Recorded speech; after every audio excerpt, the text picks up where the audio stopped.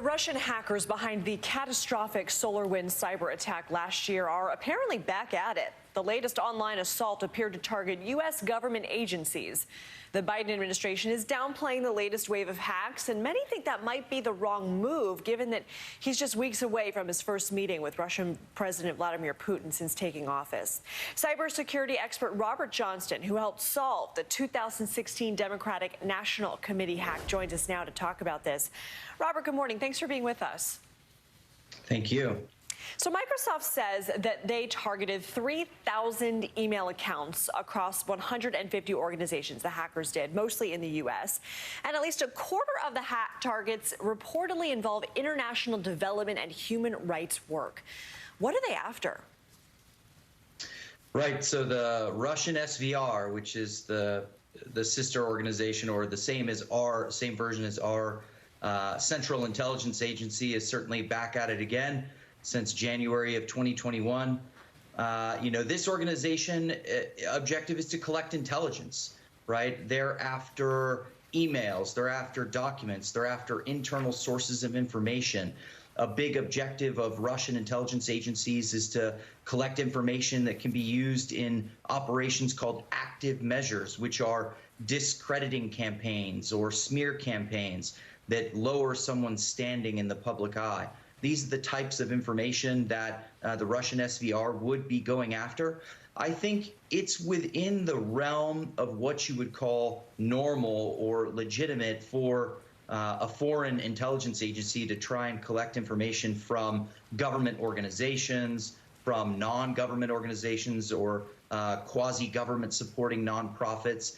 This does seem to be in line with your general expectation of what you would think the Central Intelligence Agency of Russia, or the Russian SVR, would be doing almost on a day-to-day basis. This involved sending phishing emails, and a lot of us have had to grow savvy to these. We look for misspellings, we look for anything that seems, well, kind of fishy. So are we talking about something that's more complex here? Was this an elaborate hack or just kind of a warning shot?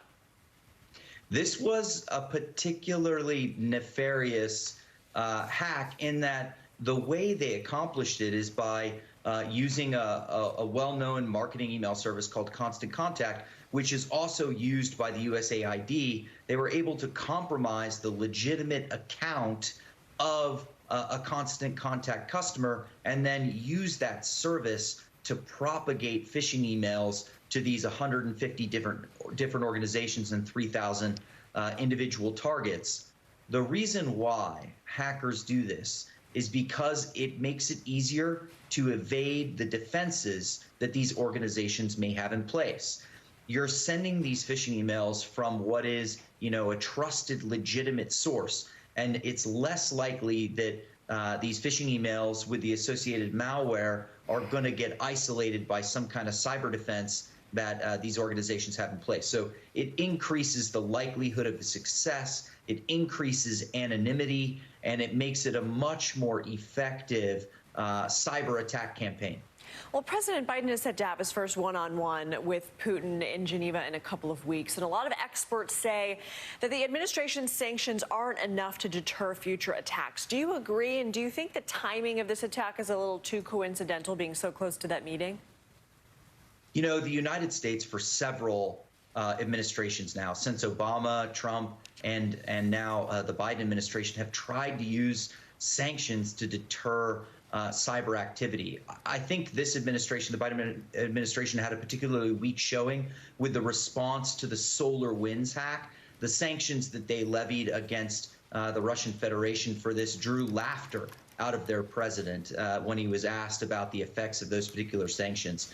I think if you really want to stop Russian cyber activity, and it's really gotten to that point, you're going to have to get much more creative, because clearly sanctions are not the method of causing or inflicting pain on the Russian Federation. We're going to have to come up with stronger economic creativity, maybe military and technology deployments, something that will not elicit laughter from the Russian president when he hears about what our reaction was to the SolarWinds campaign. I think this has emboldened the Russian Federation, right? They realize there's no consequences to cyber activity, and the sanctions just aren't strong enough. Our economies aren't tied together enough. There's no one to enforce them. You know, Russia controls 40% of the EU's energy needs. So the EU is not going to enforce these, you know, these sanctions with any real, you know, any real strong arming of the Russian Federation. So we've got to get much more creative. All right, Robert Johnston, we'll have to leave it there. Thanks for being with us this morning. Okay, so forget